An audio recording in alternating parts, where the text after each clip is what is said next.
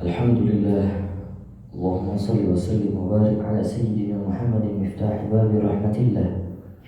Adad ma fi ilmillah salatan wa salaman da'imaini bidawai mulkillah wa ala alihi wa sahbihi wa mawalah amma ba'd. Subhanaka la ilma lana illa ma 'allamtana innaka antal alimul hakim.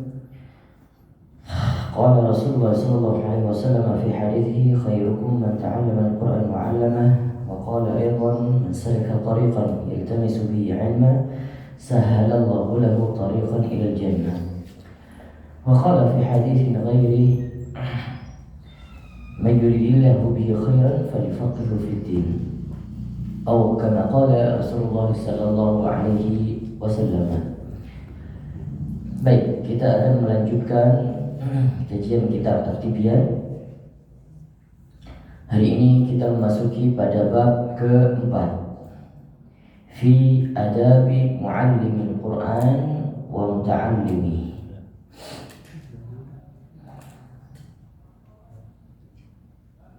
Baik.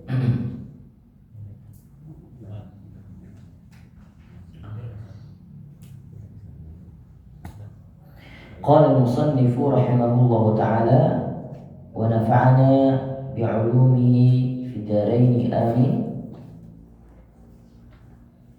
Bab yang keempat, fi adabi muallimil Quran wa muta'allimi.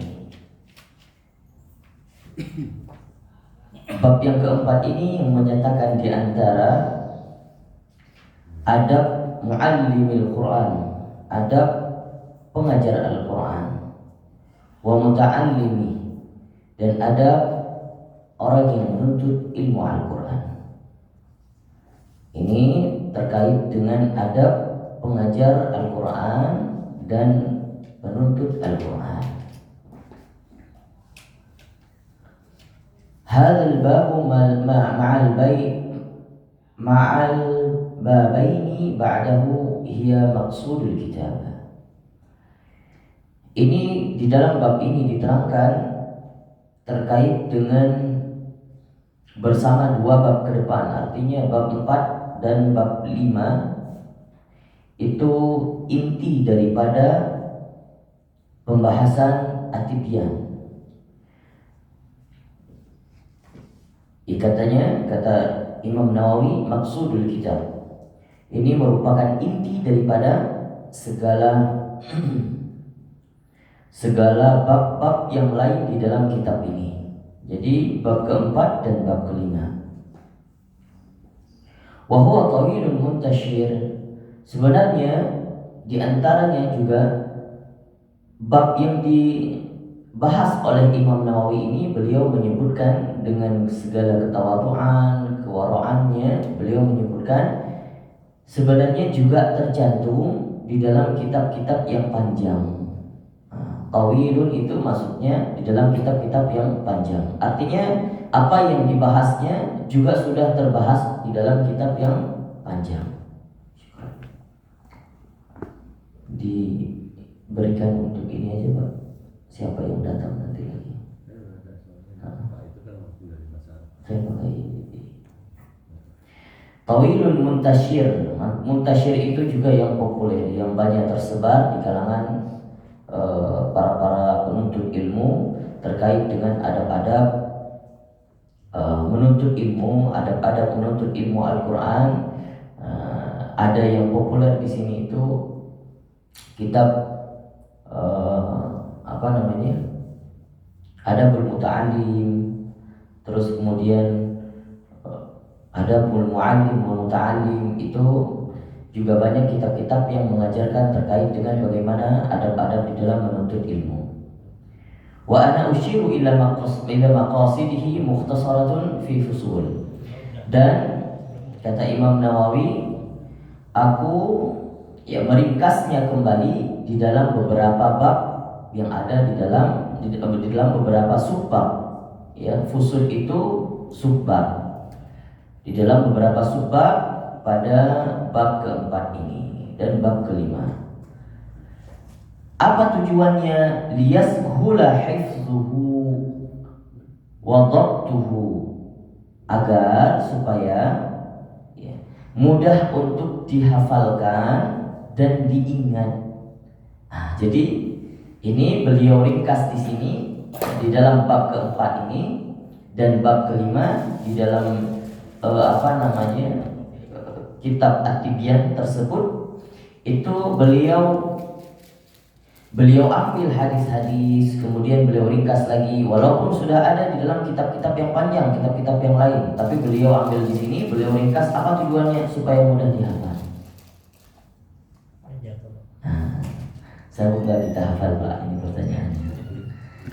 Ini beliau buat supaya tujuannya supaya mudah dihafalkan.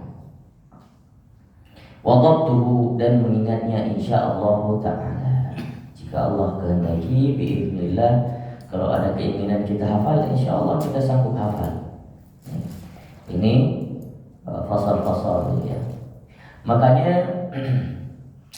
pada dasarnya orang yang dikatakan ngaji ya bukan di mungkin nggak populer di negara kita, tapi populer di negara-negara Timur Tengah seperti misalnya Mesir ya, Yaman. Mereka itu sudah jadi tradisi untuk menghafal kitab. Jadi bukan Al-Quran yang dihafal, Al-Quran sudah khatam, Alkitab yang dihafal, hadis apalagi. Nah, kita misalnya kita fikih, ketika ditanya sama orang, kalau dijawab dengan bahasa keseharian itu kurang faqih.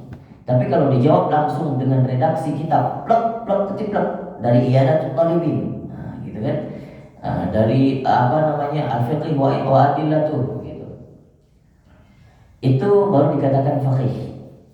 Nah, makanya dulu waktu kita mondok-mondok pasti Jarumiyah disuruh hafal. Padahal intinya kalau bisa dikatakan ya tohur apa itu disuruh hafal sebagaimana redaksinya, tidak boleh tinggal. Hatta fi saja tidak boleh tinggal. Seperti kita hafalkan Al-Quran gitu. Ada yang lebih hebat lagi, Mauritania, itu negara Muslim Afrika. Mauritania itu anak-anak aib nggak hafal Quran, anak-anak. Kemudian ketika mereka beranjak remaja, dewasa, sudah mulai hafal mulai belajar fikih, mulai belajar nahwu, sorof, segala macam. Mereka tuh belajarnya pakai kitab yang ada nazomnya. Nazom yang kita baca seperti Muqaddimah Jazariyah, yang ada nazomnya seperti itu. Terus diapain? Waalaikumsalam. Jadi nazomnya itu bukan hanya dipelajari, tapi dihafalkan sama mereka, dihafalkan.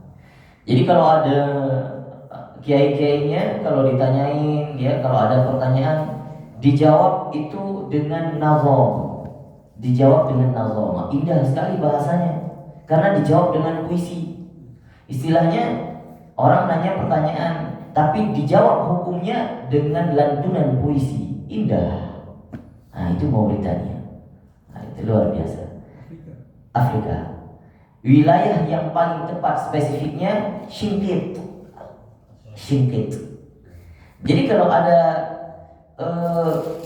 ulama-ulama yang datang misalnya ya, misalnya nanti yang datang di Istiqlal kan biasa banyak kunjungan ulama Timur Tengah.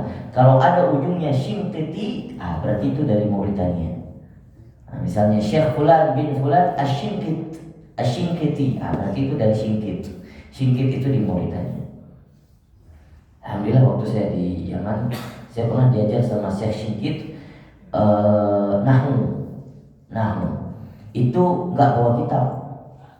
Memang kitabnya sudah di sini. Justru yang di sini lebih luas daripada kitab. Jadi kalau mengajar itu kayak orang ngantuk, Pak. Kayak orang kelelep. Udah di luar dimensinya. Pegang spidol 1, Bismillahirrahmanirrahim, itu udah. Kita kayak dibuat mabuk, istilahnya begitu ya. Dengan luas ilmunya. Jadi kita berpatokan sama kitab. Di mana ini pembahasannya? Makanya kita saat kuliah harus lihat dulu ini pembahasan tentang apa ini. Tentang ini. Kita baca dulu nih. Kalau kita lihat redaksi nggak tahu di mana. Kalau kita belajar, karena metodenya nggak belajar seperti ini. Saya baca per letter ya, terus kemudian saya syarah. Enggak. Beliau pembahasan tentang ini, tema besar, terus kemudian langsung disyarah dari satu diturunkan terus kemudian kayak orang yang enggak, istilahnya apa ya, kayak sambil ngantuk ngajar, sambil ngantuk, mungkin sambil zikir, sambil ini keluar terus. Allah, luasnya ilmunya beliau. Nah itu orang-orang syinqit, bahasanya lugas, lebih jelas daripada bahasa Arab. Justru Pak, kalau kita dengar orang Afrika ngomong bahasa Arab itu justru lebih fasih.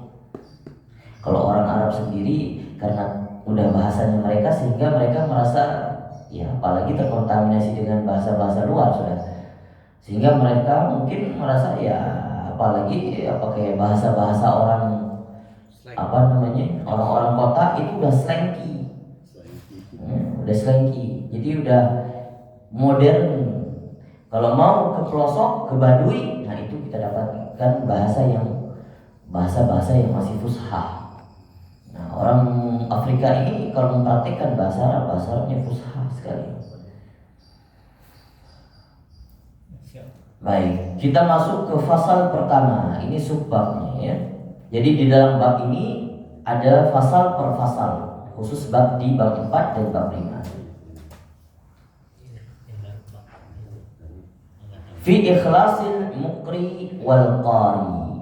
Nah, jadi di dalam fasal ini dibahas terkait dengan seorang penuntut ilmu ya, al-muqri itu pengajar, penuntut ilmu, wal qari itu pengajar. Jadi seorang penuntut ilmu dan pengajar itu harus ikhlas, itu yang pertama. Ini yang mau dibahas oleh Imam An-Nawawi. Bahwasannya makanya kita kenal semua bab, semua pembahasan, semua disiplin ilmu terkait dengan keislaman, baik itu tasawuf, fikih, ya, terus kemudian kajian hadis segala macam itu pasti dimulai dengan bab niat. Kenapa? Karena itu menunjukkan keikhlasan. Maka fasal pertama yang dirangkum oleh Imam An-Nawawi, beliau merangkum dan membuat pernyataan di dalam kitabnya bahwasanya fi ikhlasil muqri wal qari. Bahwasanya seorang pengajar dan penuntut ilmu itu harus ada keikhlasan di dalam hatinya, sifat ikhlas. Awal ma yanbaghi lil muqri wal qari. Yang pertama sekali yang harus dimiliki oleh seorang mukri, orang pengajar dan seorang qari, penuntut ilmu, ayyaqsida bidzalika wajhallahi ta'ala. Jadi apapun yang dilakukannya penuntut, pengajar Al-Quran, melakukan tersebut dengan mengharapkan ridha Allah, wajahnya Allah ini maksudnya ridha Allah Subhanahu wa ta'ala. Sebagaimana terkait dengan keikhlasan ini firman Allah Subhanahu wa ta'ala, wa ma umiru illa liya'budullaha mukhlishina lahu-d-din hunafa wa yuqimus salata wa yu'tuz zakata wa dzalika dinul qayyimah. Dinul qayyimah ini dibuat di sini ay al-millah al-mustaqimah. Millah al-mustaqimah itu adalah golongan orang-orang yang mustaqim. Wa fi sahihain, di dalam sahihain. Sahihain itu adalah kitab Bukhari dan Muslim. Kalau disebutkan sahihain berarti dia Bukhari dan Muslim. An Rasulullah sallallahu alaihi wasallam, innamal a'malu binniyat. Ya, lagi-lagi kita mengenal dengan innamal a'malu binniyat wa innamal likulli imri'in ma nawa. Bahwasanya segala sesuatu, segala perbuatan itu diawali dengan niat. Diawali dengan niat. Wa innamal likulli imri'in ma nawa. Dan setiap balasan itu sesuai dengan niatnya, bukan perbuatannya. Nah, lihat ya. Kemarin Pak Sulaiman sempat nanya nih untuk ngopi-ngopi di luar kemarin ya Pak. diskusi kita, diskus terkait dengan mana nih pembalasannya, di mana dilihatnya, di niatnya. Jadi bukan sebesar apa yang kita lakukan, lihat niatnya. Nilai ibadah itu nilai ibadah tercantum tinggi sebesar apa, seikhlas apa niat kita. Meskipun ibadahnya kecil, sholat hanya 2 rakaat, tapi penuh dengan mengharapkan ridhonya Allah, ikhlas. Bangun tiap malam, tapi mengerjakan 12 rakaat sholat. Setelah itu ujub, itu gak ada nilainya sama sekali. Merasa, wah ibadah saya kan semalam saya tahajud 12 rakaat, teringat-ingat terus gitu ya. Itu bahaya, sehingga nilainya kurang terus. Tapi ibadah kecil, sholat duha kecil, ringan mungkin menurut kita kerjakan 2 rakaat saja, tapi itu istiqomah. Atau hanya memindahkan duri di jalanan, atau hanya sedekah setiap subuh 1000 ya. Ternyata dengan keikhlasan yang begitu besar, itu nilainya jauh lebih besar. Maka Allah Subhanahu wa ta'ala itu menilai seseorang itu karena niatnya, bukan karena ibadah yang besar, bukan. Yang penting nilai ibadah besar itu apa? Konsisten, istiqomah. Dan itu yang paling berat, istiqomah. Nah, kalau di dalam hadis ini pastinya lanjutannya itu nantinya diceritakan asbab hadis ini adalah ada seseorang yang dinamakan dengan Umrul Qais. Dia penggemar Qais, seorang wanita yang dia melakukan hijrah, kemudian melakukan hijrah bersama Rasulullah. Dia mau hijrah ketika hijrah ke Madinah, ternyata ada seseorang di sana. Siapa namanya? Qais. Jadi si lelaki ini bukan Qais, wanita itu Qais, tapi si lelaki ini dijuluki dengan Umrul Qais, orang yang menggemari Qais, ya, sampai terkenal, gitu ya. Jadi kenapa? Karena Rasul tahu bahwa niatnya hijrah bersama Rasul nggak pure karena Allah, tapi apa? Ada wanita yang ingin dinikahi, tapi tercapai, Allah kabulkan niatnya. Tapi balasannya berkurang. Balasannya pahala hijrahnya berkurang ya. Jadi maksudnya bukan pure karena Allah dan Rasulnya, tapi barang siapa yang berniat hijrah bersama karena Allah dan Rasulnya, maka dia akan mendapatkan pahala setimpal karena Allah dan Rasulnya. Wa rawaina 'an Ibnu Abbas radhiyallahu anhuma, ini diriwayatkan oleh Ibnu Abbas. Siapa Ibnu Abbas?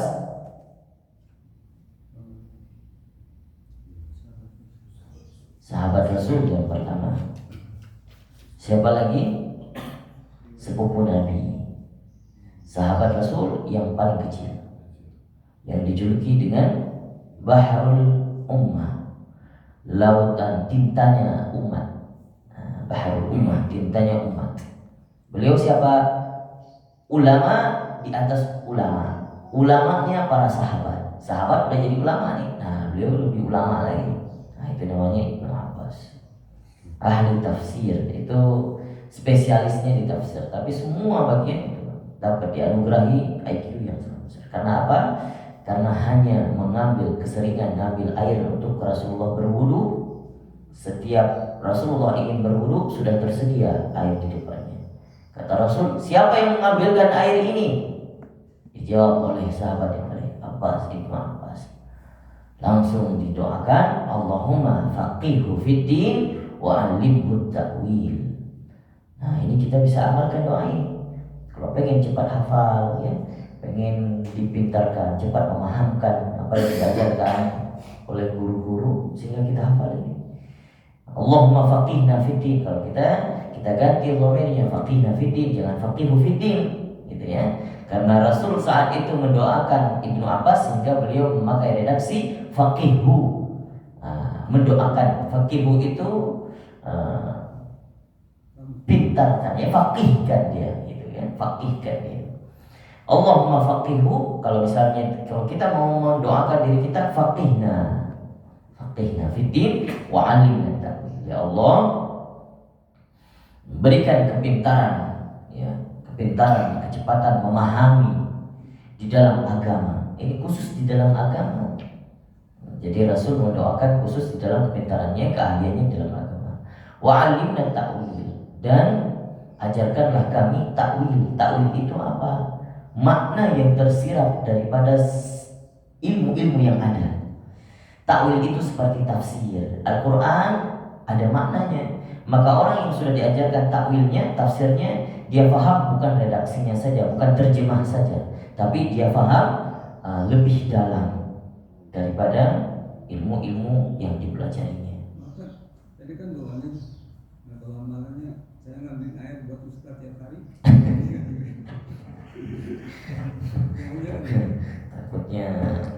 takutnya nggak berhasil gitu. Lihat. Asbab wasilah boleh apa aja, tidak mesti misalnya mengambil air, ya tidak mesti. Jadi istilahnya itu bisa mengambil asbabnya, sering membantu orang, atau setiap hari cuman mengatur sandal di luar, ya. Semua sandal dibalikin itu ada. Kalau saya di sana di masjid-masjid, kalau dia bantu saya lihat, dia pasti ada orang yang khidmah seperti itu. Ada orang yang ngambil bagiannya apa, di mengatur sandal jamaah, diatur semua. Jadi setelah jamaah keluar melihat sandalnya sudah rapi, tinggal. Tapi ada yang saya kreatif gitu kan. Jadi memang dia sekalian diberesin, dia bungkus gitu. Itu gimana kan?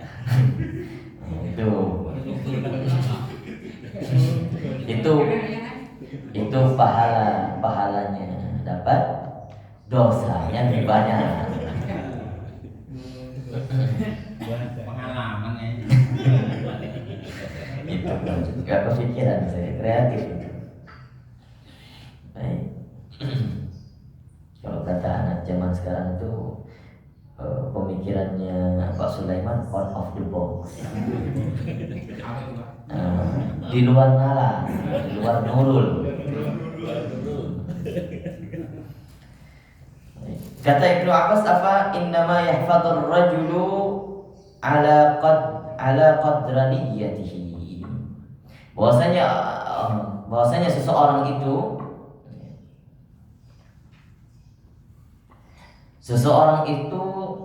ditinjau, ya, sebesar apapun, yahfadhur rajulu ala qadri niyyati. Bahwasanya seseorang itu dilihat amalnya, ya, sekadar niatnya. Artinya sebesar apapun niatnya, seridho manapun dia kepada Allah, maka itu yang dinilai.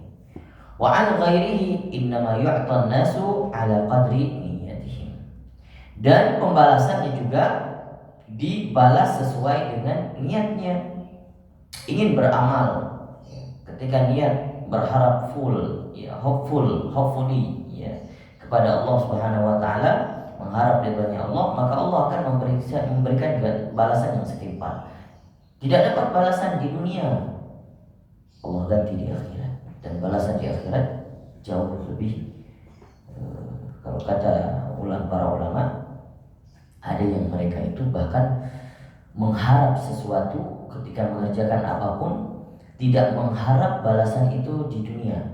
Artinya ketika mengerjakan terus kemudian berdoa meminta ada balasan dari perbuatan yang mereka sering kerjakan, yang mereka amalkan.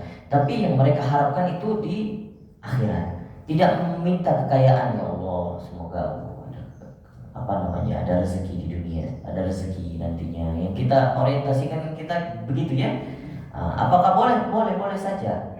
Tapi kalau kita lihat ulama dulu, tidak. Mereka dengan keduniaannya sudah pasrah begitu saja, biar Allah yang atur. Ikhtiar rezeki, cari rezeki seapa adanya, gitu ya.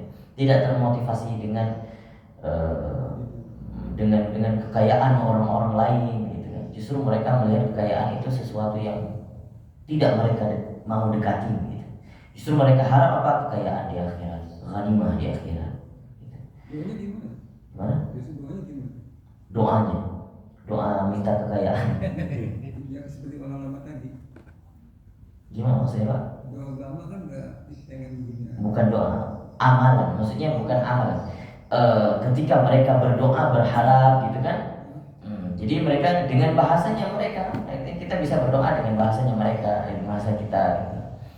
Dan begitu juga kita kalau mau mengamalkan seperti itu bisa, tapi biar berat ya.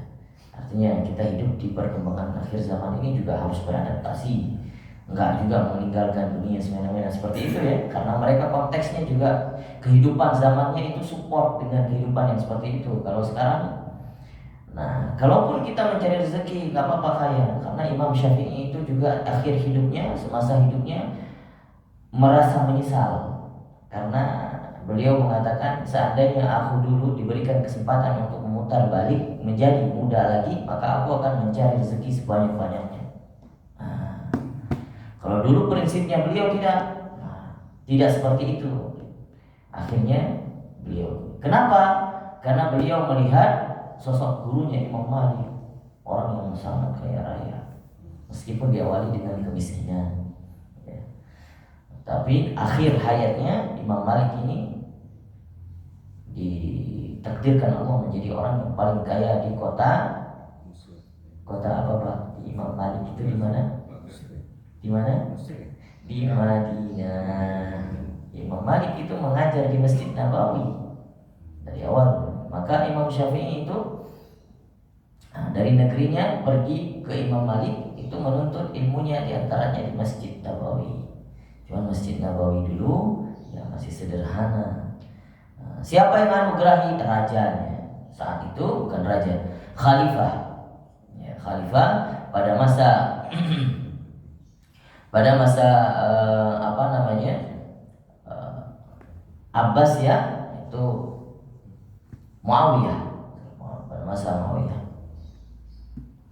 Iya. Jadi Imam Malik itu masa transisi di antara pergantian khalifah Muawiyah ke Abbasiyah. Jadi Muawiyah ujung, Abbasiyah awal-awalnya. Jadi sempat menjalani dua masa khalifah. Gurunya lagi siapa? Imam Hanafi. Masya Allah, itu orang-orang faqih yang luar biasa, sehingga munculnya Imam Syafi'i yang justru lebih hebat lagi, analisanya yang lebih hebat. Tapi Imam Malik meskipun begitu, ketika di Madinah beliau diriwayatkan sering jalan tidak pakai sandal. Kenapa? Karena memuliakan tanahnya itu, tanah yang di sana dimakamkan manusia yang mulia, ya, Rasul Sallallahu Alaihi Wasallam. Jadi beliau nyeker jalan, sampai segitunya menghormati baginda Rasul Sallallahu Alaihi Wasallam. Warawaina anil Ustadi Abil Qasim Al-Qushairi rahimahullah ta'ala qala al-ikhlasu ifradul haqqi fi ta'ati bil qasdi. Ifradul haqqi ini artinya mengesahkan Allah. Kalau kita lihat letter like-nya, ifrad itu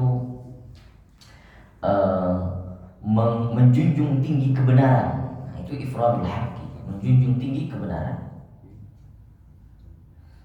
Fi ta'atillah, fi ta'ati bil qasdi, dengan maksud taat kepada Allah Subhanahu wa taala.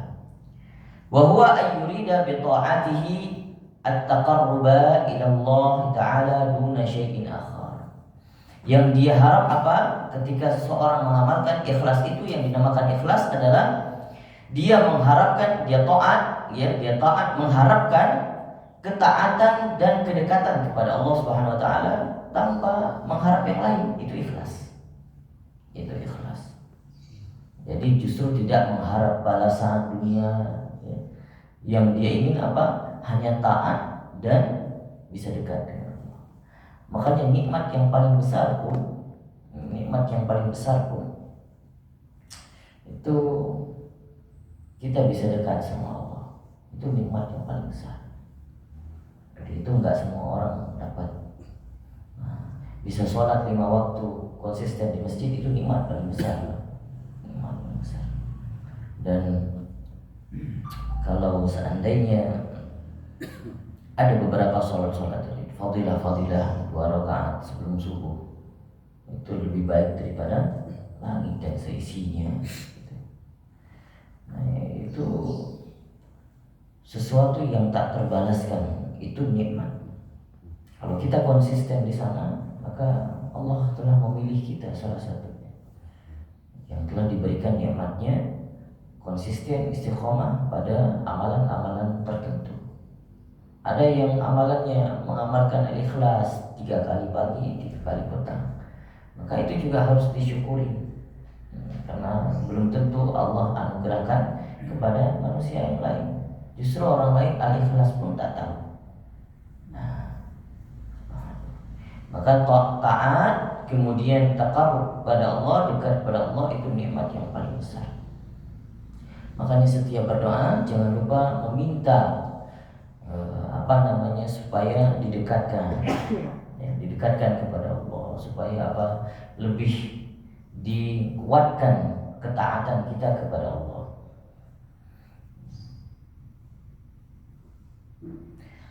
Min tasannu'i li makhluqin. Min tasannu'i li makhluqin ini artinya daripada menjadikan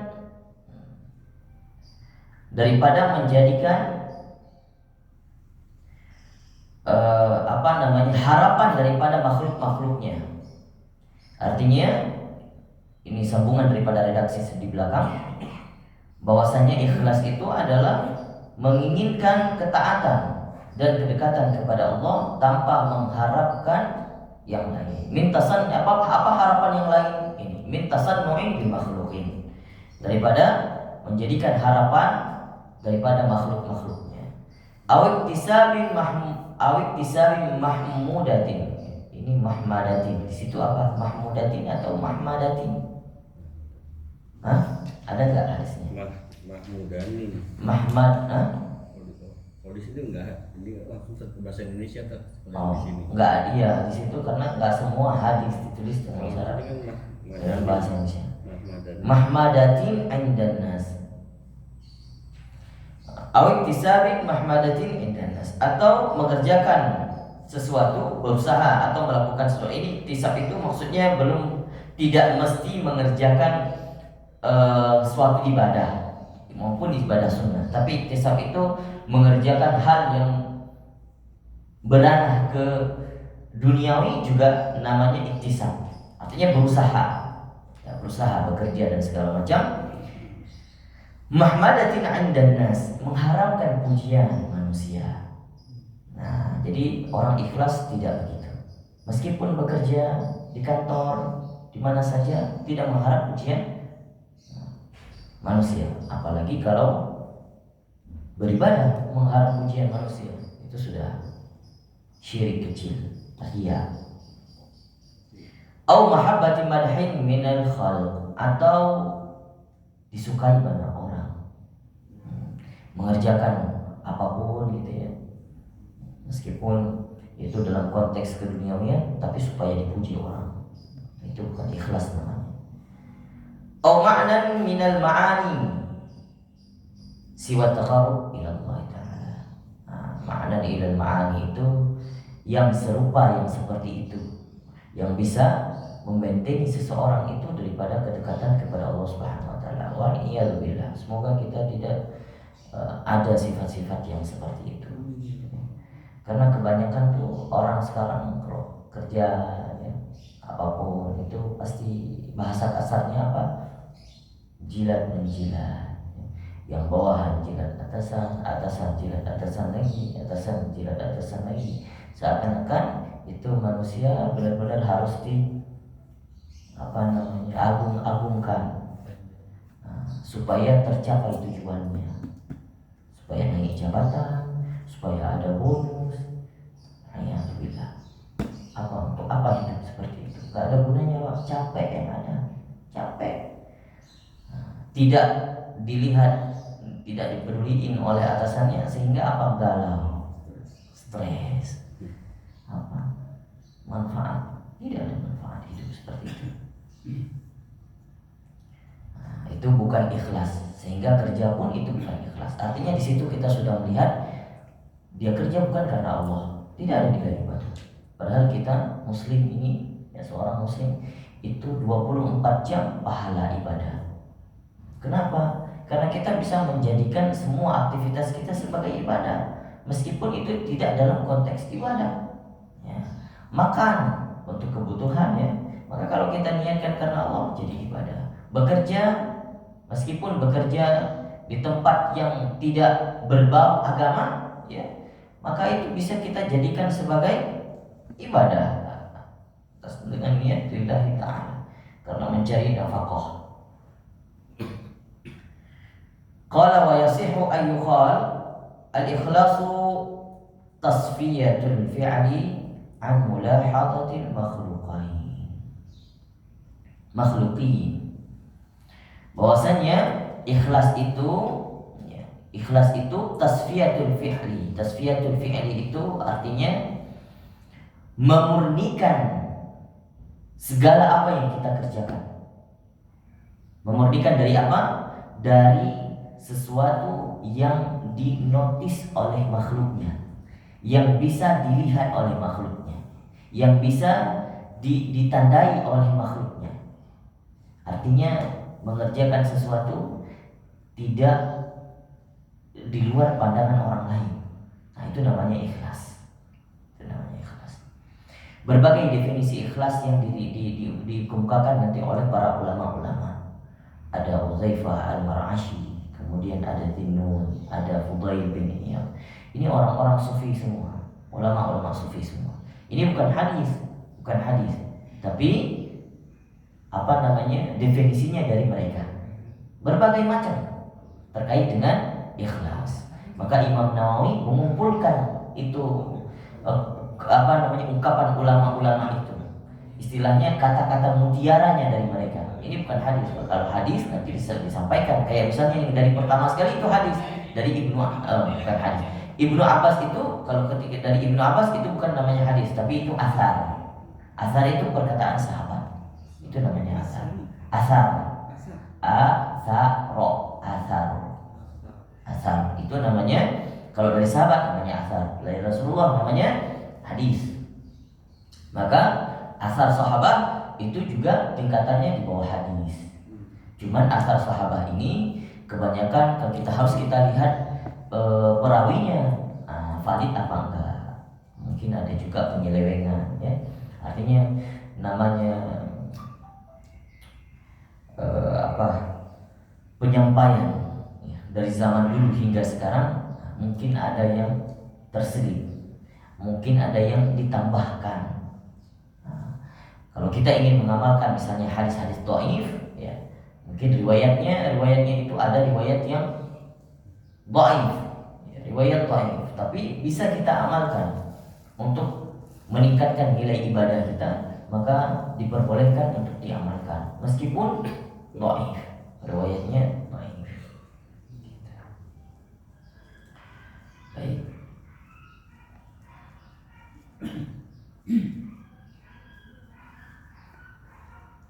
Baik, satu lagi dari Uzaifah al-Mar'ashi rahimahullah ta'ala, bahwasanya beliau mengatakan ikhlas itu adalah istiwa'ul af'alil 'abdi fi zahiri wal batini.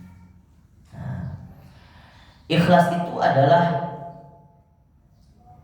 suatu pekerjaan seorang hamba yang balance, imbang, ketika dia dalam keadaan sepi maupun ramai.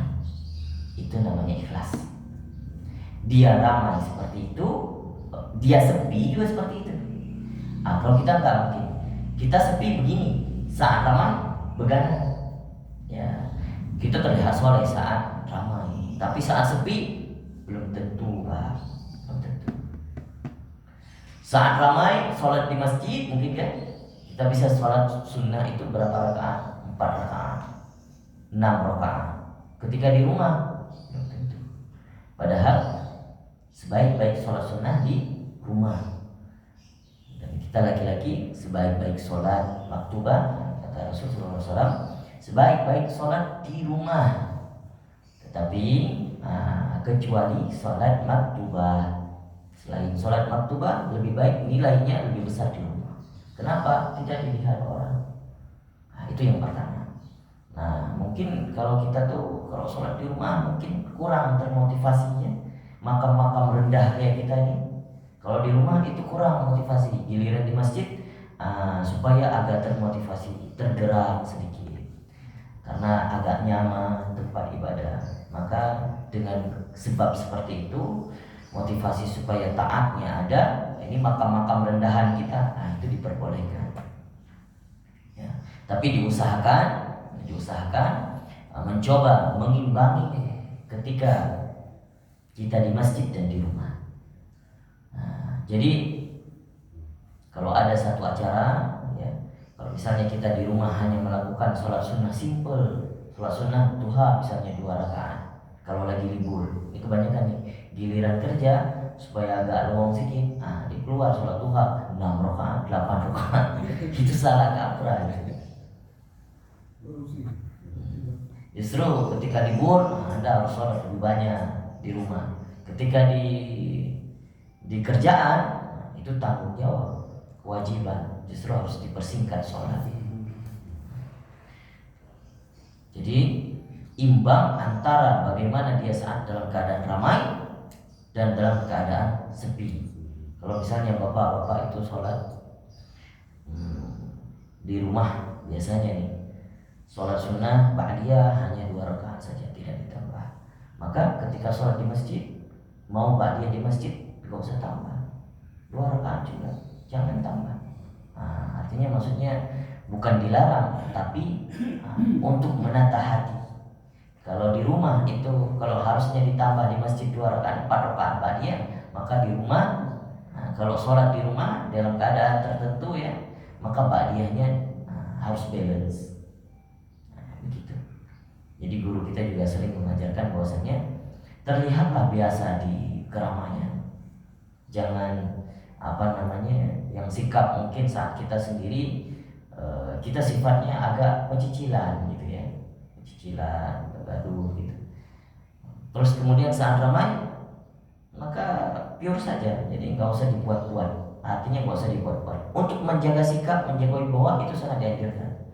Tapi jangan dibuat-buat. Ada yang harus nunduk sampai hukum. Gitu.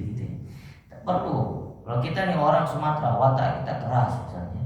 Bagi orang Aceh, orang Medan itu kurang beda dengan sifatnya orang Jawa yang lembut gitu ya. Jadi ketika sampai melihat orang Jawa nggak perlu tiru-tiru. Jadi sesuai dengan karakter. Begitu juga kalau kita lihat seorang pendakwah, misalnya dari Medan, keras bahasanya ya. Memang begitu karakternya. Jadi tidak dibuat-buat. Itu lebih, itu sesuai dengan anjuran. Supaya apa?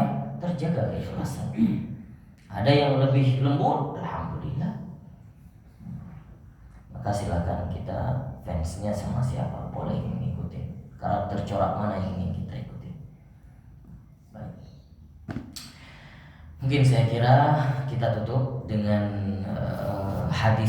bukan hadis dari ungkapan Hudzaifah Al-Marashi.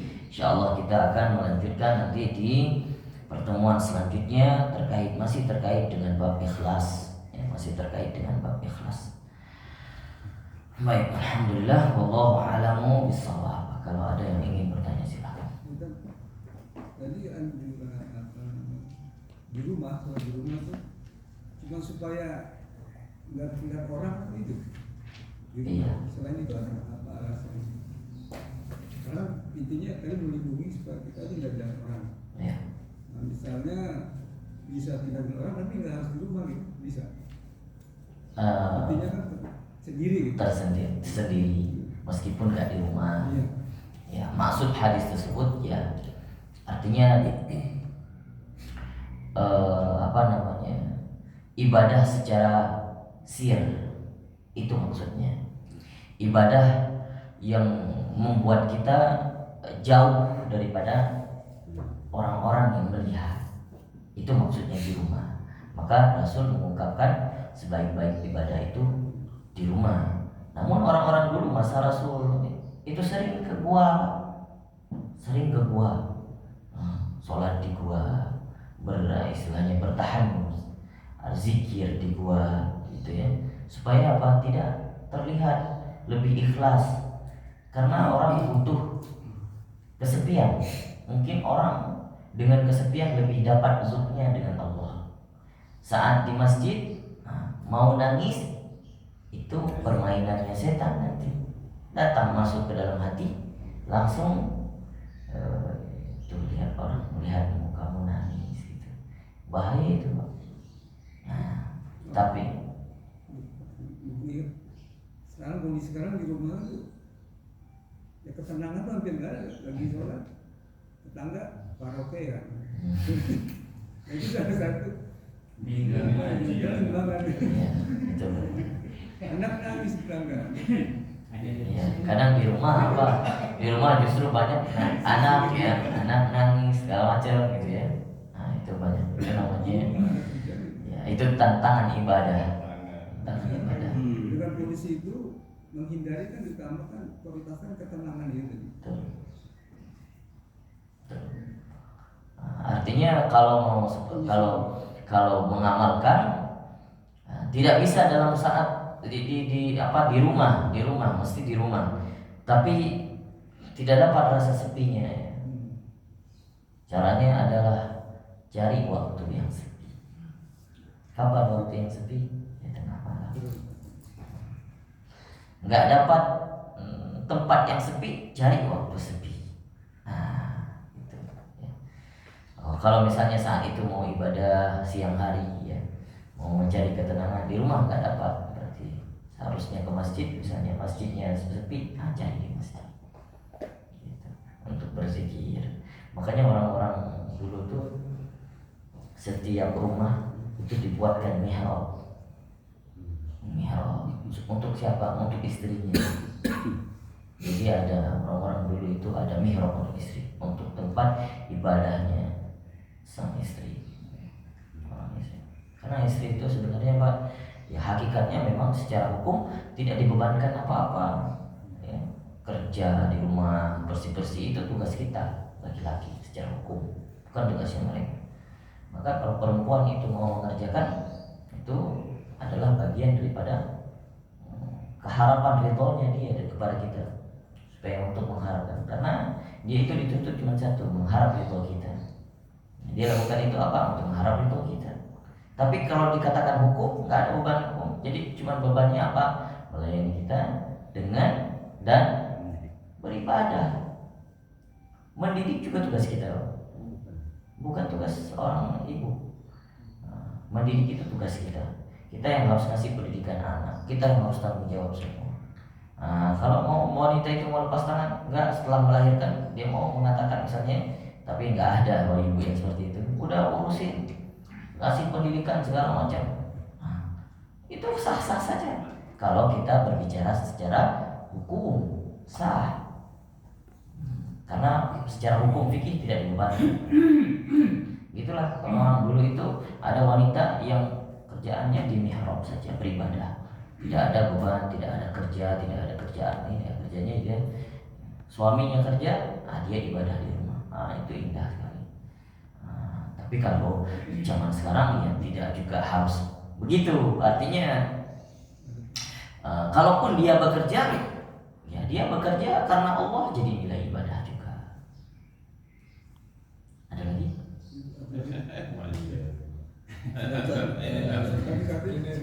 Ini Bapak Pak siapa ini? Masya Allah. Pak Masuri. Udah lama. Ustaz, saya tertarik dengan pelajaran hari ini itu. Jadi tadi kaitan dengan Ibnu Abbas itu kan orang yang warok tadi ya. Jadi saya kan sering belajar agama itu memang agak orang bahasa Jawa jadul gitu. Jadi tidak paham. Ya, tadi ada kisah si Ibnu Abbas itu. Si samping tadi Ustaz menjelaskan bahwa salah satu doa itu adalah yang manjur untuk belajar itu Allahumma faqihu fiddin. Itu Yang pertama, pertanyaan saya, pengamalan doa itu apakah ketika kita mau belajar atau sehari-hari setiap waktu kita berdoa itu? Terus kaitan dengan ini kan hafalan, kita kan sering juga menghafal itu agak susah. Ada waktu-waktu tertentu lah hafalan yang paling manjur, misalkan waktu subuh atau pas tengah malam habis kita sholat tahajud. Terus itu pertanyaan pertama. Yang kedua, soal yang tadi Ibnu Abbas keseharian tadi yang mengamalkan sesuatu yang baik, yang mungkin kan kalau Ibnu Abbas tadi itu berkat dia warok dengan Rasulullah, dia mendapat doa, sehingga doa itulah yang membuat dia juga untuk belajar terkait dengan agama tadi.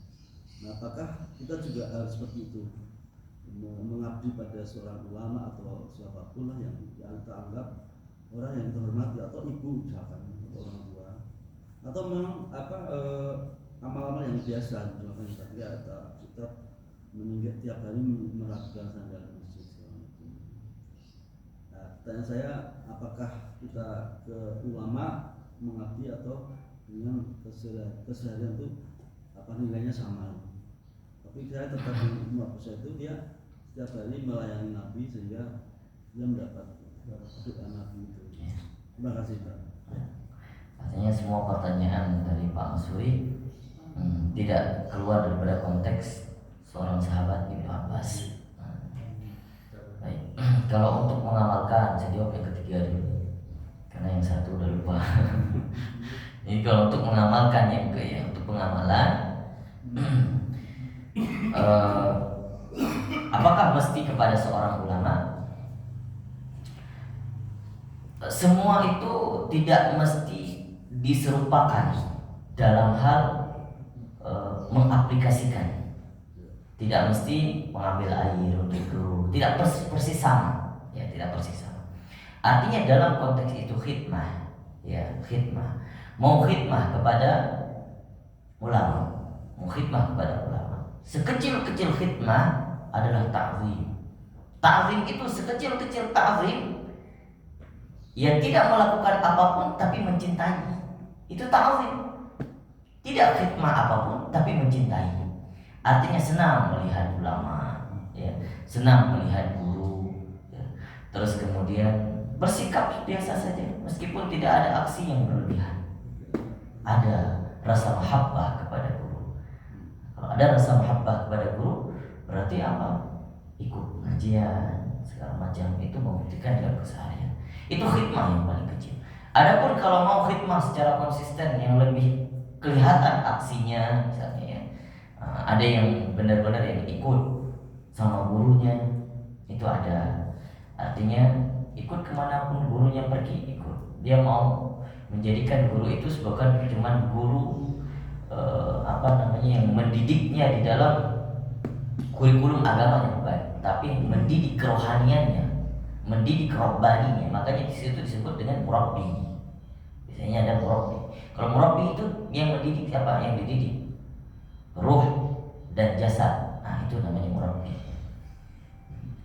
Dan satu lagi, kalaupun khidmah itu sesimpel khidmah tidak memutuskan hubungan dengan guru, itu sesimpel khidmah. Artinya kalau misalnya sudah kita nggak ketemu dengan guru itu lagi, setidaknya telepon, nanya kabar.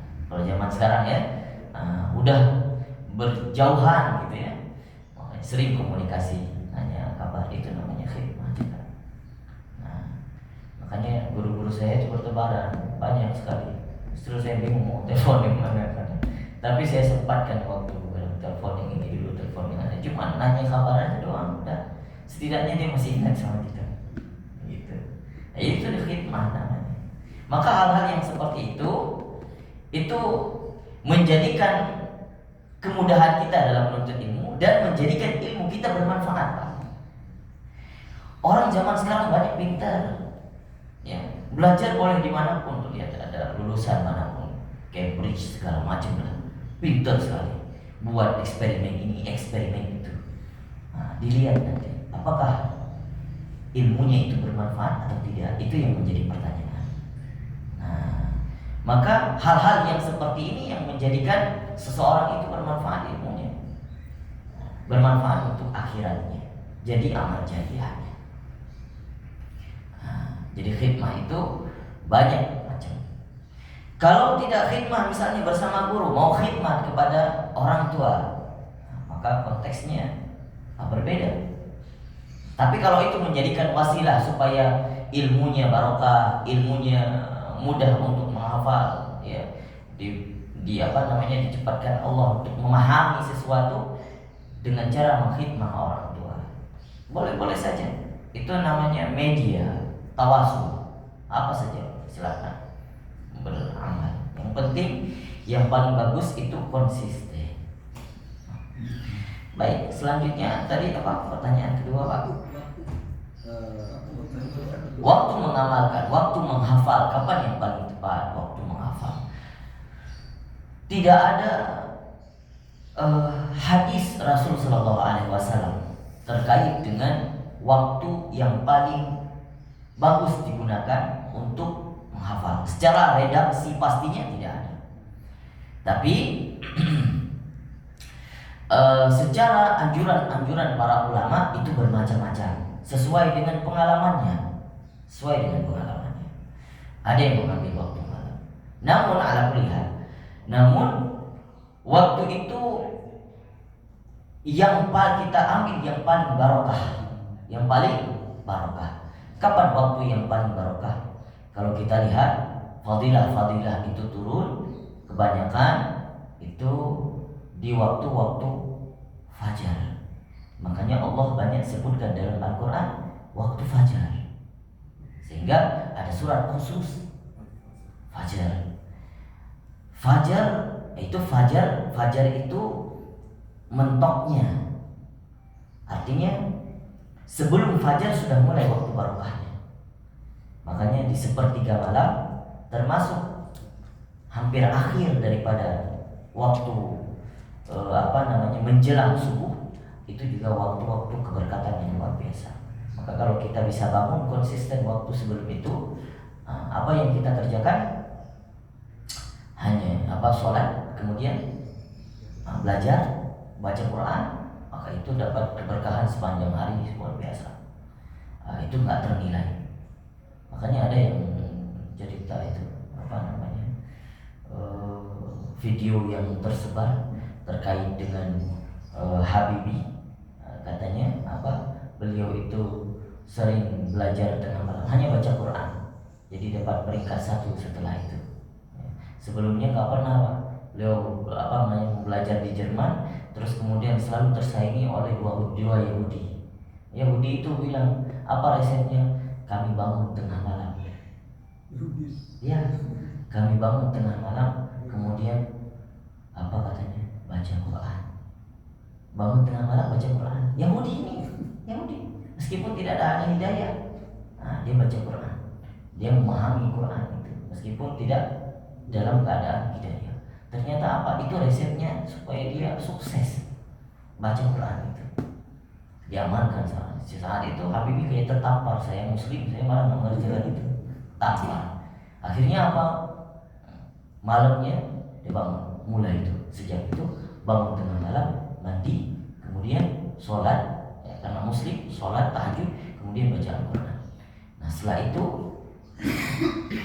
di semester selanjutnya, sekarang Yahudi tersaing, Habibie sekarang nomor 1, yang ini 2, 3. Jadi itu resepnya. Meskipun sebelumnya itu Habibie sudah berusaha semaksimal mungkin untuk menyaingi mereka, tidak tersaing. Apa resepnya itu? Jadi sesuatu yang tidak ada hubungannya kadang, ya. Tapi itulah hubungannya yaitu tawasul, keberkatan. Jadi itu digunakan waktu-waktu sebelum subuh, ya, sampai menjelang subuh, itu mudah untuk menghafal. Saya sudah mempraktekkan, menurut pengalaman saya juga ya Pak. Jadi titik fokus kita justru lebih tajam saat itu, dan waktu itu seakan-akan berkat, lama berjalannya. Nah, lama berjalannya itu saya sudah membuktikan kayak subhanallah, ini kita udah lama kayaknya udah duduk, udah banyak menyerap ilmu gitu kan. Tapi baru jam 4 gitu. sehingga sempat istirahat tidur lagi gitu. Jangan sampai lewat subuh kacau gitu Pak. Satu lagi apa tadi? Yang doa tadi itu dipraktikannya waktu mau belajar atau berdoa? Oh iya, oke. Doa Allahumma faqihna fiddin wa alimna ta'wil. Sebaiknya dipraktikkan hendak belajar, dan kalau mau diamalkan setelah sholat silakan. Sering-sering pun diamalkan lebih baik. Gitu Pak ya. Baik. Ada lagi Pak Sulaiman? Satu pertanyaan. 2 menit. Ya. Cuma ini aja Kak. Tadi kan Ustaz cerita bahwa kalau misalkan Rasul mau mandi atau mau sholat ada yang membawakan air, ya kan, ada yang membawakan. Jadi antara ikhlas dan keinginan mungkin ada bersamaan juga, ada di situ semuanya. Jadi kita tidak menanyakan itu, yang jelas dia minta barokah atau minta apa mungkin dari yang dia bawakan ke Nabi. Dan Nabi juga mendoakan. Pertanyaan saya, kalau Nabi tidak mendoakan, pastinya dia juga dapat pahala dong. Itu ya. Sekarang kita ke sini lah, biar supaya kita lebih mengerti. Ustadz setiap ngajar pasti dapat aqua. Tujuannya apa? Apakah ikhlas, apa minta doa, atau saya nggak tahu. Kenapa kita tidak dikasih gitu kan? Kalau misalnya kita dikasih, mungkin doanya kita banyak. Ngiring. Itu saja. Enggak, sebetulnya bukannya itu cuma pengantar. Pertanyaan saya, bagaimana sih kita biasa dapat pahala yang dari 1 jadi 7 jadi 700? Betul. Nah, apakah yang itu atau bukan gitu? Itu tak. Makasih. Rasulullah. Benar saya gunakan. Fatah difokuskan. Luar biasa Pak Sulaiman. Oke. Ketika Ibnu Abbas itu sering mengambil air untuk wudunya Rasul, itu umurnya beliau masih belia sekali. Anak-anaknya masih umur 9 tahun. Karena ketika Rasul wafat, beliau baru berumur, ada riwayat mengatakan 13, ada riwayat mengatakan 15 tahun. Jadi masih remaja. Nah, makanya dikatakan sahabat kecilnya Nabi. Gitu. Tapi itu beliau kerjakan. Beliau kerjakan kenapa? Ya, pertama khidmahnya kepada Nabi Sallallahu Alaihi Wasallam. Ini anak-anak mungkin yang masih belum, memang dikatakan Ibnu Abbas ini umur 9 tahun itu sudah hafal Al-Quran, dan sudah tajam analisanya, sudah bisa memfatwa yang tidak difatwakan oleh ulama sahabat-sahabat yang lain. Karena kenapa? Kedekatannya bersama Nabi juga, seringnya bersama Nabi, dan beliau sering melihat sahabat-sahabat yang lain juga berlomba-lomba untuk mengkhidmah Nabi Sallallahu Alaihi Wasallam, sehingga mungkin beliau tidak melihat ada celah khidmah yang lain yang bisa dikerjakan.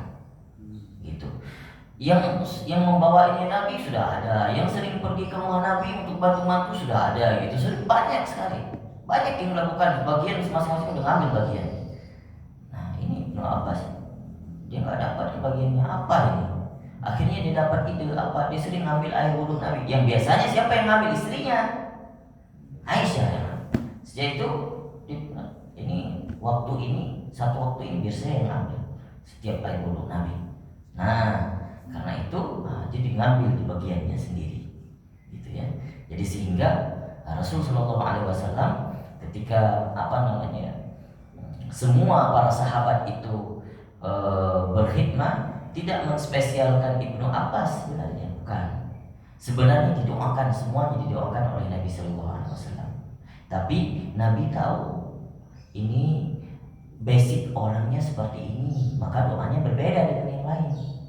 Begitu juga ketika ada sahabat yang bertanya kepada Rasul, wahai Rasul, apa amalan yang paling baik aku kerjakan? Itu jawaban Nabi beda-beda Pak. Ada, kamu cukup istiqomah saja, kamu cukup mengerjakan sholat yang wajib-wajib saja, yang lain tak perlu tak apa-apa. Itu aja yang kemudian. Karena Rasul tahu yang datang kepada Nabi itu beliau sudah tahu ini basic orangnya begini, sifatnya begini, karakternya begini, sudah bisa diterawang oleh Rasul SAW. Sehingga Rasul memberikan solusi sesuai dengan dirinya, gitu. Sehingga makanya Nabi SAW juga ketika mendoakan siapapun melihat sahabat A didoakan seperti ini, sahabat B, yang lain lagi sahabat C. Karena apa? Doa itu yang dibutuhkan sama mereka.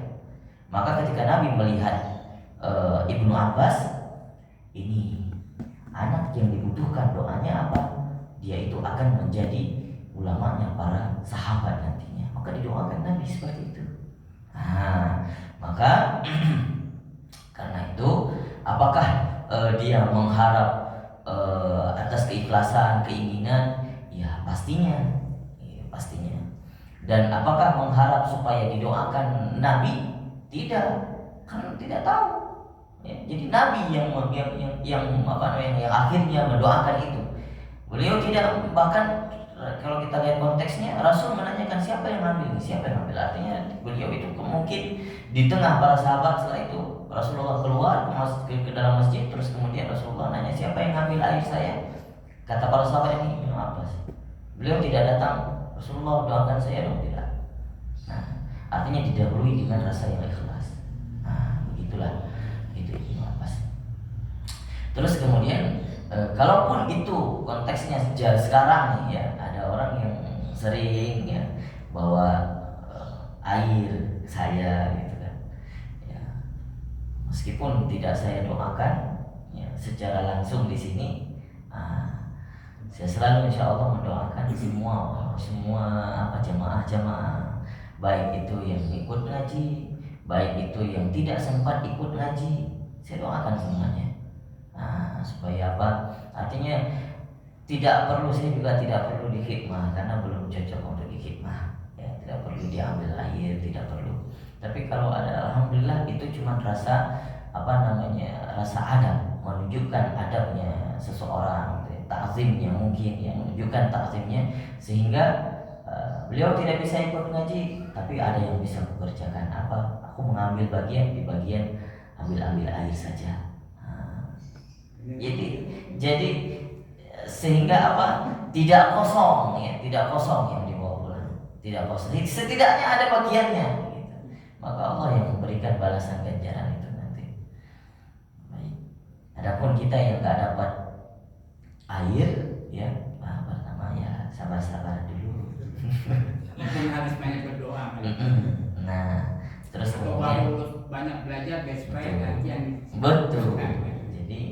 Jadi ada saatnya nanti saat Pak Sulaiman mungkin diberikan kesempatan ke depan, maka Pak Sulaiman yang dapat air, saya yang nggak dapat, jadi jamaahnya Pak Sulaiman. Jadi kita kadang ini para ulama dulu itu di Mesir itu ulama sering datang ketika ada pengajian. Misalnya ada pengajian Syekh Ramadan Al-Buti, Syekh Ali Al-Jufri datang saat itu. Ketika pengajian Syekh Ali Al-Jufri, Syekh Al-Buti datang saat itu. Ya, saat datang pun mereka minta ditazimkan harus di depan, enggak, ikut aja bareng kumpul. Itu kewaroannya. Nah, gitu juga nanti ketika saya nanti ada pengajian yang Pak Sulaiman, tolong diinfoin saya yang jadi muridnya Pak Sulaiman. Gitu. Tadi itu kan yang pahala 1 jadi 7 itu 100 itu untuk dapetinnya gimana ya? Berupa apa atau gimana sih?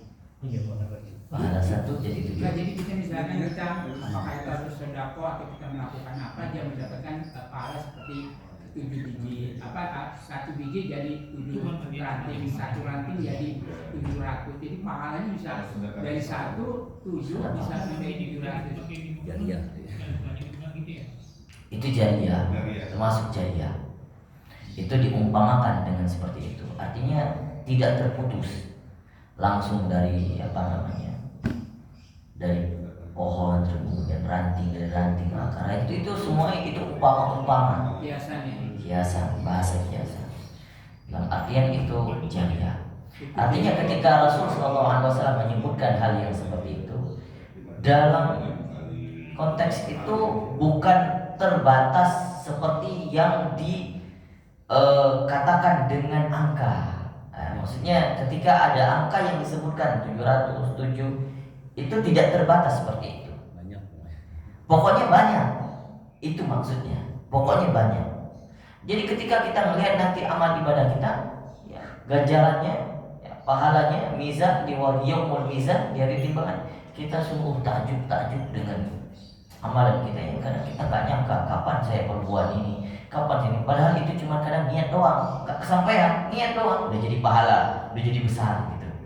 Sehingga itulah karena apa yang jadinya besar, yang membuat timbangan itu berat, keikhlasan, ya, niat tadi bersih apa enggak. Jadi orang kadang niatnya hatinya bersih ya, tapi nggak kelihatan itu ngerjain sholat tahajud, nggak sering, biasa aja, tapi hatinya bersih. Tapi mungkin nilai pahalanya justru lebih besar, yang wajib dikerjakan jadi lebih besar. Gitu Pak Sulaiman. Satu lagi deh Pak. Iya. Seandainya kan semua kan katanya dari niat. Ya. Nah kita menolong orang atau memberikan orang itu karena niat, dan niat itu menurutnya dia yang ngasih itu niatnya jahat. Tapi ternyata hasilnya justru bagus banget. Contoh nih. Misalkan saya ada orang laki atau perempuan gitu, kita kasih aja maksudnya biar supaya dia makannya banyak, kan nanti dia gemuk gitu loh, jadi jelek gitu. Padahal begitu dia makannya banyak, malah dia makin cantik, makin segala macam gitu loh. Itu kan berarti manfaatnya kan untuk dia bagus. Tapi niat kita jelek, apakah kita juga dapat pahala? Kalau bawa nasi Nah ini makanya kita kembali, apa yang dilihat niatnya, apakah kita dapat pahala? Ya tidak. Tidak, meskipun ada manfaatnya. Kenapa? Karena udah dari awal niat kita nggak benar, niat kita nggak ikhlas, ada tujuan tertentu, apalagi tujuannya jahat gitu. Maka itu nggak dapat pahala. Apakah dapat dosa? Kalau memudaratkan dia, kita juga dapat dosa. Kita niat jahat, seakan-akan kelihatannya baik gitu ya, tapi niatnya jahat, sehingga nanti ujung-ujungnya terzolimi ya. Maka itu luar biasa, kita juga dapat imbasnya. Muhammad satu lagi. Jadi gini San, itu kan udah ada sama yang buat jannati bait di jannati, rumah adalah surga. Itu katanya adalah bagaimana kita menjadikan rumah kita ini adalah seperti surga, atau dekat dengan rahmat Allah turun di rumah kita. Ini adalah salah satunya adalah amalan-amalan agama yang disampaikan di rumah. Kayak misalnya kita bukan hanya sholat sunnah, tapi katanya juga kayak taklim, matalum dengan keluarga kita gitu. Jadi katanya tujuannya adalah ini rumah kita ini didatangi oleh para malaikat, katanya begitu. Ini datang rahmat ke rumah kita. Nah, supaya apa sehingga sifat-sifat para malaikat itu ada pada diri kita, nempel pada diri kita, bukan hanya diri kita, juga istri dan anak kita. Tujuannya adalah itu. Jadi Rasulullah sendiri katanya lebih banyak sholat sunnah di rumah, agar supaya apa itu tadi, tujuannya adalah supaya rahmat Allah itu dekat ke rumah kita gitu. Itu gimana sebenarnya? Dekat kita masuknya. Ya masuklah gitu ya. Masuk rahmat Allah masuk ke rumah kita, itu yang menjadi jannati baiti gitu. Itu gimana sebenarnya? Kalau teman dekat termasuknya ke tetangga. Ya termasuk tetangganya juga. Jadi intinya ini ada amalan-amalan agama yang dibawa ke rumah gitu. Amalan-amalan masjid bukan speaker, bukan toa yang dibawa, tapi amalan masjid yang dipindahkan ke rumah gitu. Itu gimana tadi? Bukan karpetnya dibawa ke rumah, bukan. Tapi amalan masjidnya dibawa ke rumah, kayak sholat sunnah, taklim matalum dengan keluarga, belajar tajwid yang kita mampu, itu belajar. Ya jarangkan antara yang kita bisa kasih misalnya pada anak dan istri kita, itu gimana saja. Syukron Kiai Ahmad, sudah selesai. Tak perlu jawaban. Itu tak perlu jawaban, itu tambahan. Kesimpulan. Kesimpulan itu nggak perlu jawaban. Makanya saya syukron Kiai. Insyaallah jazakumullah khair. Nah, ya sudah, tak perlu jawabannya. Memang seperti itu. Sudah, jadi itu hal lain, alasan lain. Di antaranya hikmah, itu namanya hikmah, mungkin daripada hadis Rasul tadi. Rasul itu juga memperbanyak sholat di rumah, sehingga hikmahnya itu di antaranya. Selain daripada menjaga hati yang ikhlas, ya terdidik hati itu ikhlas, terbiasa sepi, ya artinya bisa beribadah dalam keadaan sepi. Selain itu mendatangkan rahmat, mengundang para malaikat ke rumah. Itu apa alangkah lebih baiknya lagi bisa ada tak? Maafkan, bicara bicara soal malaikat itu masuk rumah. Lebaran Kan dulu. itu kan tentunya ada inilah itu. Seperti contoh mungkin kita miara hewan, misalkan mohon maaf anjing misalkan. Yang kedua di rumah kita tuh banyak gambar atau patung. Apakah sampai sekarang tuh malaikat masih begitu gitu? Zaman berubah, segitu zaman. Ikut zaman. Berubah. Ya kan perubahan berubah. Dia pun juga ngikutin berubah. Benar. Seperti contoh lah teman-teman. Misalkan bank itu kan dari rakyat. Ya. Untuk rakyat. Tapi di sini kan ada riba. Semacam itulah. Tapi kan memang ada yang bilang dibolehkan, ada yang tidak karena zaman. Sekarang kita misalkan punya duit banyak. Kan misalkan kayak ini dah mantan presiden ada berapa duitnya bus gitu, atau KPK atau apa segala macam bus gitu. Tapi kan kalau lewat bank kan kita bisa cuma transfer kayak si Ricky, kalau nakir lebih doang pak. Gitu. Jadi mikir Apa pertanyaannya tadi? Kalau malaikat? Iya malaikat gitu kan, malaikat menurut ajarannya kalau ada anjing dia nggak bakalan masuk. Kalau ada gambar dia nggak bakalan masuk, apalagi ada patung-patung. Sedangkan di rumah saya itu banyak foto-foto saya kan. Itu tak. turunin lah. Selfie terus soalnya. Justru karena ada foto Pak Sulaiman, Ya. malaikat berbondong-bondong ke rumah. Itu foto boleh-boleh saja di rumah, boleh. Tapi kalaupun foto, jangan foto yang full. Artinya seluruh badan kita itu terlihat full di foto itu. Pertama, menghindarkan diri kita dari penyakit ain.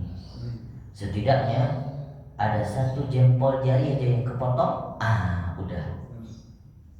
Kalaupun full, tusuk itu foto dengan jari. Artinya nggak utuh badan kita di situ. Nah, itu salah satu ilmu-ilmu yang diajarkan untuk menghindari ain. Dan itu juga mengundang karena dia full sehingga saya juga nggak tahu itu referensinya, tidak mengundang malaikat ke rumah. Jadi alangkah lebih baiknya kalau kita punya foto di rumah yang full misalnya ya. Kalaupun sudah full, ada yang full, nggak usah dirobek, dibakar juga nanti setelah ini ya. Jadi tusuk aja, tusuk kecil, nggak kelihatan, nggak rusak juga. Artinya sudah sedikit bolong di bagian tubuh kita itu. Dan kalaupun misalnya nanti kalau mau foto di rumah ada foto perawat segala macam ya, ambil yang bagian setengah aja, nggak full, istilahnya dari bawah sampai atas. Dan itu yang dipapangkan, itu nggak masalah. Karena dukun-dukun sihir-sihir itu susah kalau dapat yang kayak gitu. Kalau nggak full badannya, susah, biasanya gitu. Tapi ada juga yang mungkin sihirnya yang udah tinggi ya. Artinya nggak mengamalkan itu ikhtiar aja. Selain kita protek diri kita dengan doa-doa gitu. Itu tapi bagian daripada menghindari ain. Ain itu justru yang nggak tertara. Kenapa? Ada orang yang masuk ke rumah kita ya, ngelihat foto kita banyak fotonya. Terus kemudian walaupun dia ungkapkan dengan kalimat yang bagus, wah keluarga kamu utuh ya, bagus, harmonis. Secara foto dilihat ya, harmonis ya, nggak tahu beban rumah tangga kita, misalnya mungkin harmonis sekali, tapi di hatinya kok saya tidak seperti dia. Cuman itu doang. Akhirnya apa? Ada dampak di dalam keluarga kita, dampak negatif. Itu namanya ain. Apalagi kalau foto-foto, hati-hati yang misalnya story ya. Nah, itu harus benar-benar saya tidak melarang, cuma jangan sering-sering di status. Artinya dilihat orang kan, dilihat orang. Iya. Ini gambar bisa ain juga, bisa dibilang. Iya. Ain juga gambar doang jadi ain. Gambar aja kita pampang di status itu jadi ain. Makanya hati-hati. Ada dampak bagi diri kita. Kalau ada orang yang melihat, ada rasa iri di hatinya, orang yang busuk hati. Tapi balasan untuk orang yang busuk hati itu lebih berat. Karena kita sakit, karena dia dampak kita negatif. dia itu dapat ganjaran yang 2 kali lebih buruk dari kita. Tapi kalau separuh gambarnya nggak kena itu.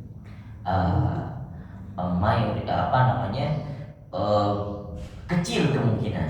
Saya tidak bisa mengatakan tidak, tapi kecil kemungkinan. Karena anjurannya seperti itu. Kalaupun ada foto, itu jangan full. Nah, kalau tidak, lebih baik kalau tidak ada. Makanya kan kalau kita lihat tuh, kita boleh pampang wajah-wajah ulama di rumah, foto-foto ulama di rumah, bagus, ya kan? Untuk bisa kita lihat semakin bertambah cinta kita kepada mereka. Apakah fotonya full? Tidak. Fotonya cuma gini doang, wajahnya saja gitu. Wali songo di rumah gitu kan, bagus. Supaya apa? Tambah rasa cinta kita kepada para ulama. Gitu. Jadi alangkah lebih baik tiap-tiap rumah itu ada foto ulama. Jangan foto kita doang, gitu kan. Ya kalau Pak Sulaiman karena udah jadi ulama nggak apa-apa. Saya minta foto satu kan. Saya minta foto satu di rumah saya pampang. Pak Sulaiman ada Jaya gitu ya. Sekarang kan penting tadi untuk menghindari airnya itu gimana? Jalan keluar ya? Susah zaman sekarang untuk menghindari ini Pak. Susah sekali. Ya setidaknya paling kurangnya paling minimal amal zikir petang sore itu paling minimal ya, amal zikir petang sore. Terus kemudian tidak sering mempublis foto-foto kita gitu. Kalau tulisan segala macam itu nggak apa-apa, apalagi untuk share keilmuan itu tidak masalah. Tapi khususnya foto gitu ya, foto. Dan apalagi saat kita foto bareng-bareng gitu ya,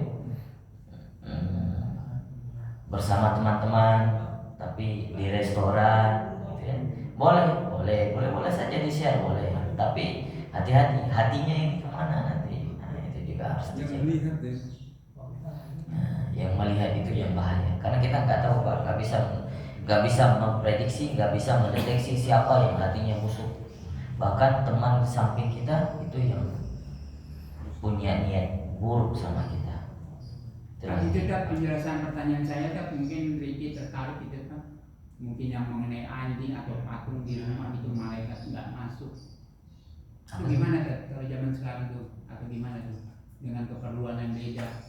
Misalkan mungkin anjing kita melihara mungkin untuk menjaga-jaga atau apa, atau sampai di mana sih batas-batasnya untuk tidak bermasalah gitu kan. Tapi dengan penjelasan Ustaz tadi, ada sesuatu yang dari dulu saya cari itu nggak dapet kan? Gitu loh. Makanya Ustaz bilang Foto yang terkait foto tadi. Foto kalau dukun kalau separuh itu kan susah. Pantesan ilmu pelet saya gagal. Pantesan wanita nggak kepepet akhirnya.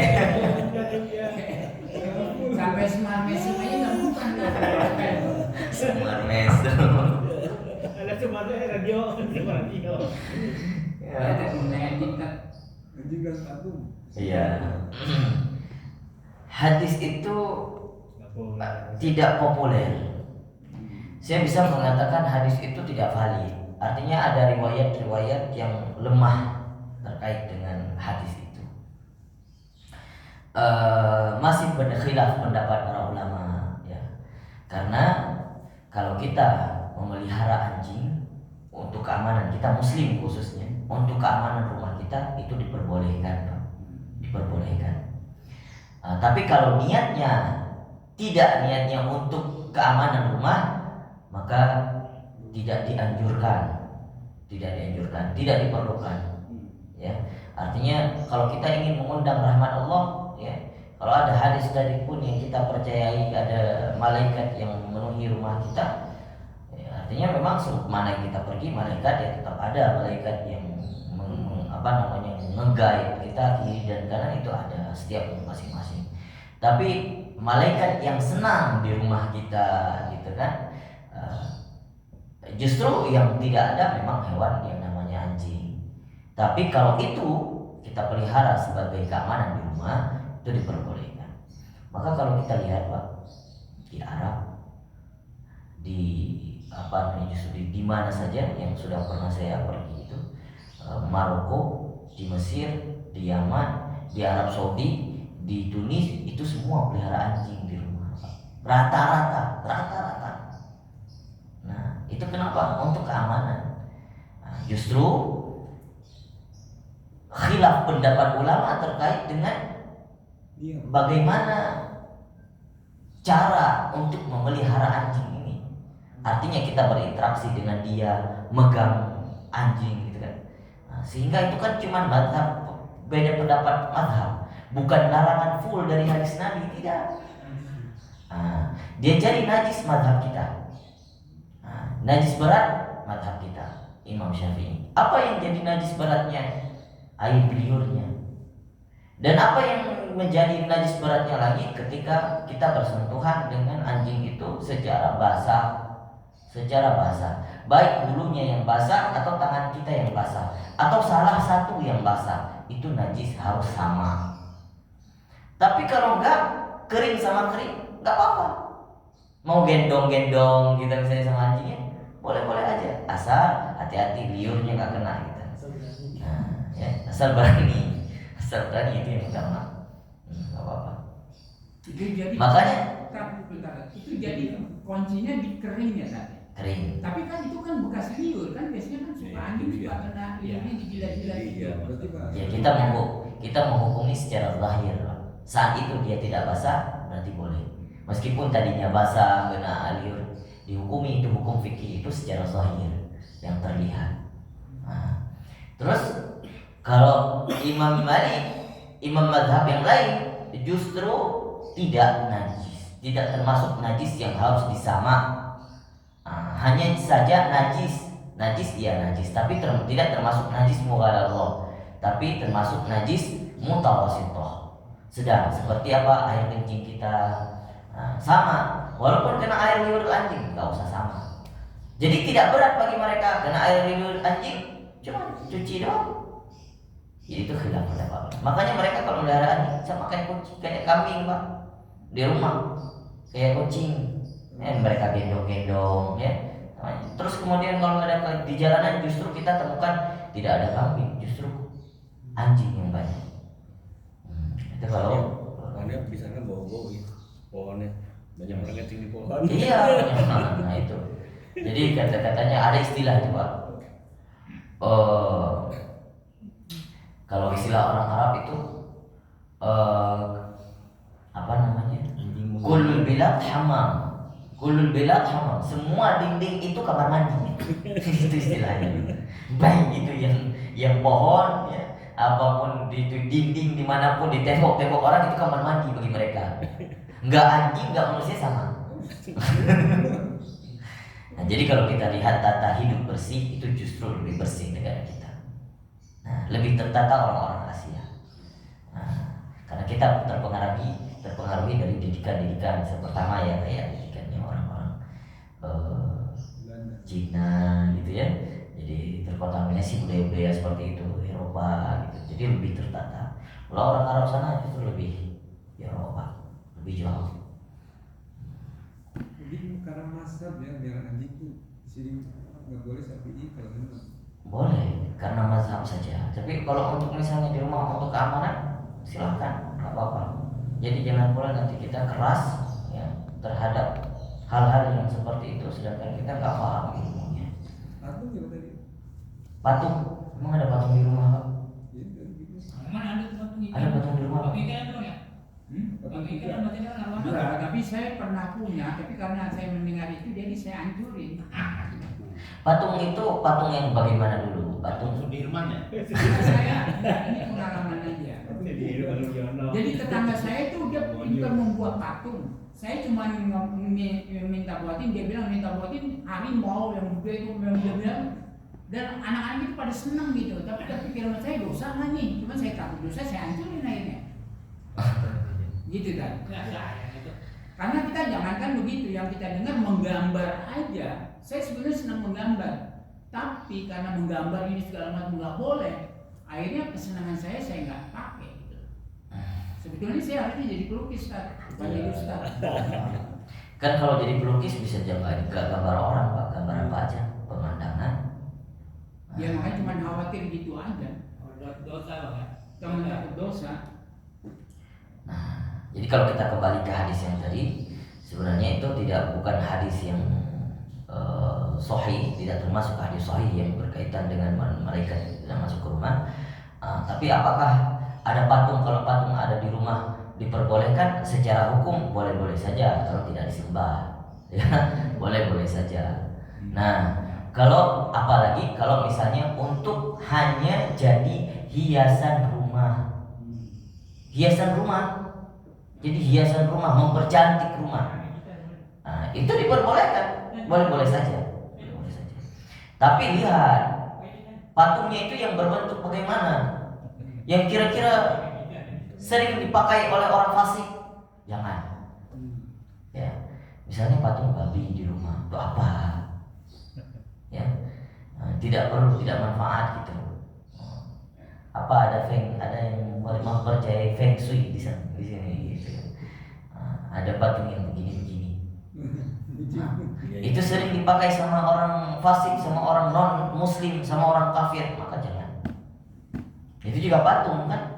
Patung itu jatuh. Tapi kan saya punya tuh kepala hewan. Kalau di Sulawesi, saya pernah tinggal di Sulawesi. Di Kepala kerbau ya? Kayak manjangan atau apa begitu. Dan mereka di situ memang suka dengan itu. Dan saya punya. Nggak apa-apa ya. Nggak apa-apa. Lehernya doang. Ada yang kepalanya doang kan? Iya. Iya. Nggak mungkin lehernya doang Pak. Untuk apa lehernya? Leher sampai kepala.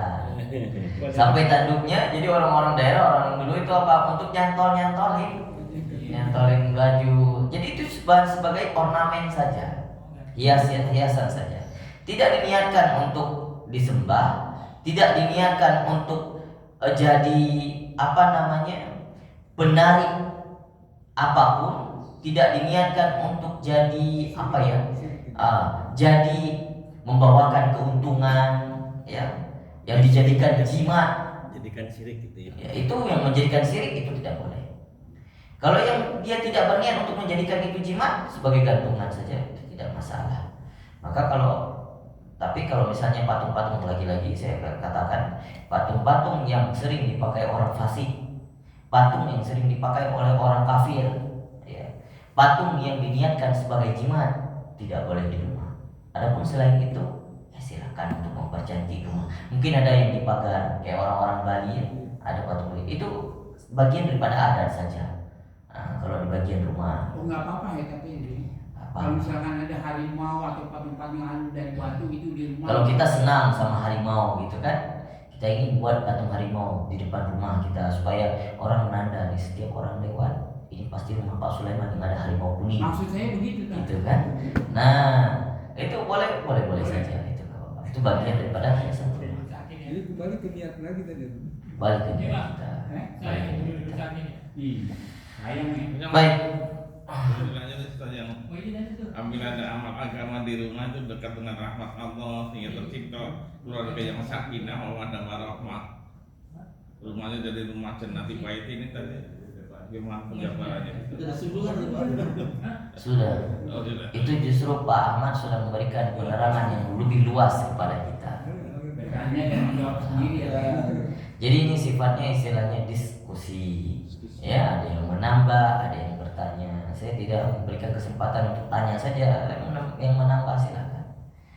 Baik, wallahu a'lam bishawab. Mungkin hari ini ada hajatnya Al-Akh Andika. Iya. Jadi kita cukupkan ya. Kita cukupkan, insyaallah bentar lagi kita lanjutkan di pekan depan. Yang mana dari bangga? Baik, kita tutup dengan membacakan doa. Kabatnya belum siap nih. Belum bang. Belum. Kalau malahnya bang kurang. Mangkal. Enggaknya. Kita makan. A'udzubillahi minasyaitonir rajim. Bismillahirrahmanirrahim. ربنا انفعنا بما علمتنا رب علمنا الذي ينفعنا رب فقنا وفقه اهلنا وقربات لنا في ديننا مع اهل الفطر انثى والذكر ربي وفقنا وفقهم لما ترتضي قولنا فعل الكرم وارزقنا كل حلال دائما واقل اتقيا علما نحظى بالخير ونكفى كل شر ربنا واصلح لنا كل شؤون وقرب برضا منك العيوب واقض عنا ربنا كل دين قبل ان تاتينا رشد المنون واغفر استر انت اكرم من ستر وصلاه الله تغشي المصطفى من إله الحق دعانا والوفاء بكتاب فيه للناس شفاء وعلى الآل الكرام شرف وعلى الصحابة المصالح الغرار اللهم اهدنا بهداك واجعلنا ممن يسارع في رضاك ولا تولنا وليا سواك ولا تجعلنا ممن خالفك امرك وعصاك. وحسبنا الله ونعم الوكيل ولا حول ولا قوة إلا بالله العلي العظيم. وصلى الله على سيدنا محمد وعلى آله وصحبه وسلم والحمد لله رب العالمين في كل لحظة أبدا على خلقه ورضا نفسه وزينة عرشه ومداد كلماته. يا ربنا اعترفنا بأننا اقترفنا وأننا أسرفنا على لظى أشرفنا فتب علينا توبة تغسل كل حوبة واستر لنا العورات وآمن الروعات واغفر لوالدينا ربي ومولدينا والأهل والإخوان وسائر الخلان وكل ذي محبة أو جيرة أو صحبة والمسلمين أجمع آمين ربي أسمع فضلا وجودا منا لا بابتسام منا بالمصطفى الرسول نحظى بكل سور صلى وسلم ربي عليه حد الحب وآله وصحبه عدالة الصحب والحمد للإله في البدء والتناهي. سبحان ربك رب العزة عما يصفون وسلام على المرسلين والحمد لله رب العالمين. سبحانك اللهم وبحمدك أشهد أن لا إله إلا أنت نستغفرك ونتوب إليك. السلام عليكم ورحمة الله وبركاته. Waalaikumsalam warahmatullahi wabarakatuh.